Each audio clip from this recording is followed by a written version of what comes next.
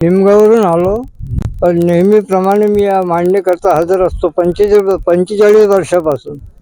कसं इथलं भाकीतच्या बाबतीत तुमचा अनुभव आहे? इथला अनुभव म्हणजे अनुभव घेतल्यासारखाच आहे, पण ती सत्य घटना आहे.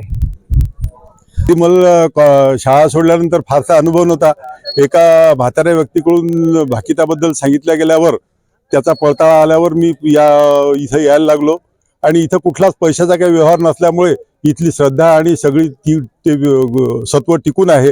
इथं फक्त आपण 4 लोक कास्तकार एकमेकाशी चर्चा करून जसं ठरवतो तसं हे महाराजांच्या आशीर्वादानं जे काही मार्गदर्शन होईल त्याच्यावर विश्वास ठेवून त्याचा अनुभव प्रत्येक आम्हाला चांगला आलेला आहे. वेळोवेळी सांगितल्याप्रमाणे पावसाळा होतो आणि त्याप्रमाणे आम्ही पिकाचं नियोजन करतो.